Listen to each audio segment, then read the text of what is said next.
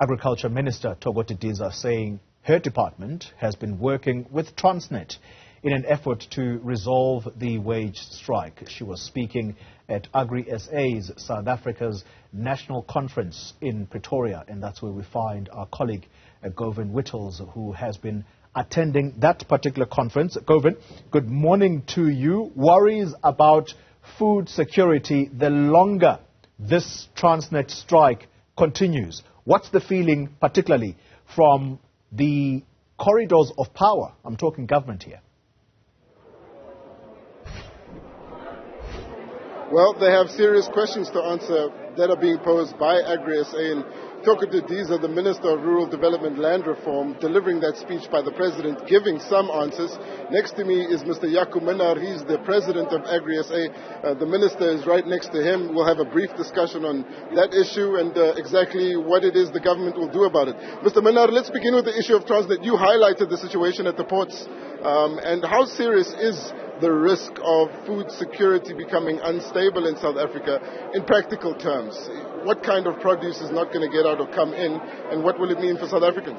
I think what we must understand is the fruit industry is currently exporting. So we need the ports to work. It's fresh produce. It's produce that we need in cooling areas and cooling containers that needs to go out to reach Europe to bring capital back, foreign currency back into South Africa. So that's one concern.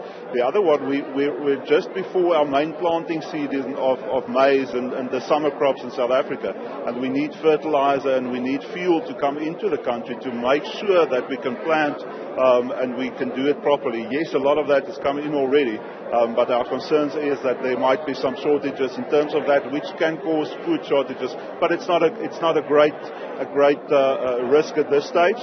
Depends on how long it's going to go on. Minister, some pressure then from AgriSA. What are you going to do about it?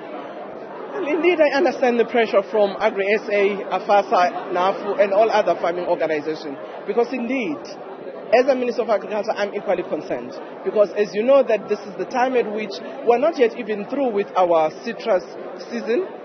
Table grapes is coming on stream, berries are coming on stream, so all of those require, an efficient logistic system. We also have just finished harvesting of our maize. Some of it have to go outside the country. But at the same time, as Jaco is saying, we need agricultural chemicals and fertilizer and oil to come in the country to make sure that we can go on the summer production season. Do you have a plan to get it into the country and get the rest out? Well, let me just say that yesterday, as Minister of Agriculture, Minister of Public Enterprises and Labour, we were engaging, the various stakeholders, Transnet and its management, Labour, the two major unions, UNTU and SATAU, but also we're meeting the industry, the agricultural industry, the mining industry, and all of those who are impacted upon. How far do you think you are from a solution? I think the Labour has actually come down from the 2 digits to a single digit in terms of their demands.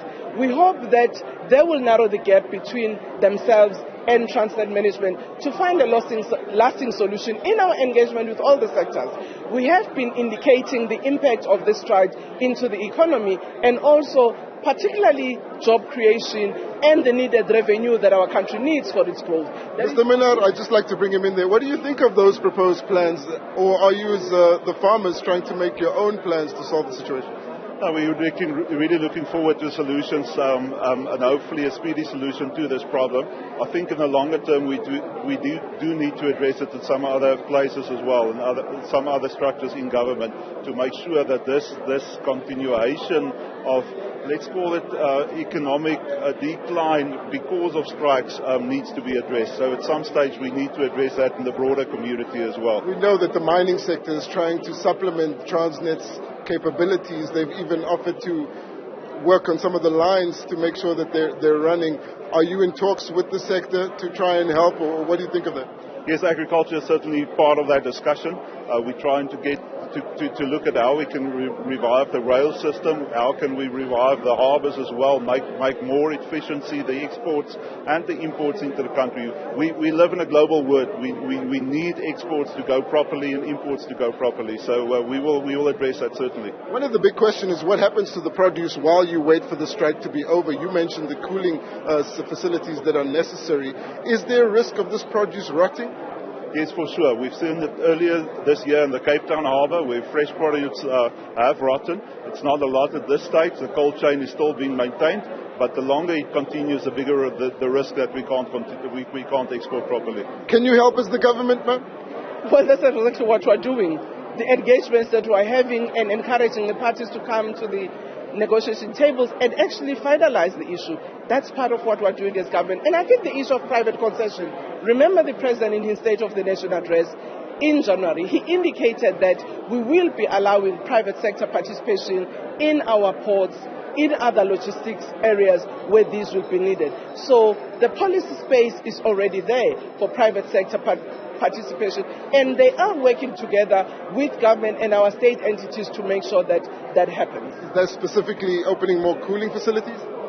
Well, cooling facilities are there. I think we need to understand that in terms of the value chain, some of the goods are actually not even stuck at the port. They are actually stuck on the way. And that's why we need to make sure that we unblock as speedily as possible so that those that are still stuck on the rail, on the road, they can actually get to the port and get out. I'd like to thank you for giving me the time to speak about this. One more issue that I'd like to raise. You called for the President to refer back the expropriation bill to Parliament after it was passed. It's a big call to make, and you've noted that you think that the expropriation bill prohibits farmers from securing finance in order to expand their operations or to keep them running. What do you think about the response that was given by the President, where he's essentially acknowledging that the expropriation bill is in its right format right now and is meant to help actually give land access to farmers? I think we've discussed it a lot in the past. We are of the stance that private property rights will give you access to that finance. So as long as we don't protect private property rights, if we don't strengthen that and encourage that, actually, new entrant farmers won't be able to be sustainably on the ground. So we need to address that and the reasons and the security around that. And I think the expropriation bill is just not clear enough on the issue of expropriation and some other issues as well, and that's why we asked the President to refer it back to make clear some statements or some definitions of the words that's used in the expropriation bill, so we can all understand, but that we need to strengthen property rights at the end of the day. The speech that was delivered by Minister Didiza outlined why the President supports the expropriation bill. Do you accept that, or do you think there is still room to convince him to refer it back to Parliament? I think we are on the same page in regard to the access to finance. We need finance to finance the farmers on the ground. I think where we differ perhaps is how we get that finance. We are of the opinion private property rights will supply that. And I think we need to engage with government more further on that to make sure that the guys on the ground gets the proper finance to be able to farm.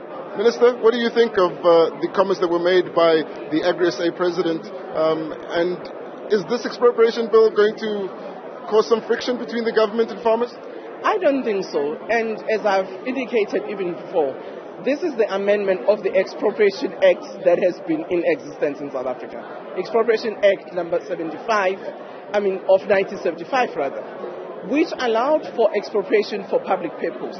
This amendment, what it does, it includes public interest that will refer to areas of land reform, and as the President had said in the speech. But what for me is even encouraging is that the expropriation legislation creates a very clear framework on circumstances around which you can expropriate, the rules that you have to follow, allowing for the judicial process where other parties, if they are not, satisfied, they can go to. And I think this is consistent with our constitutional regime as a country.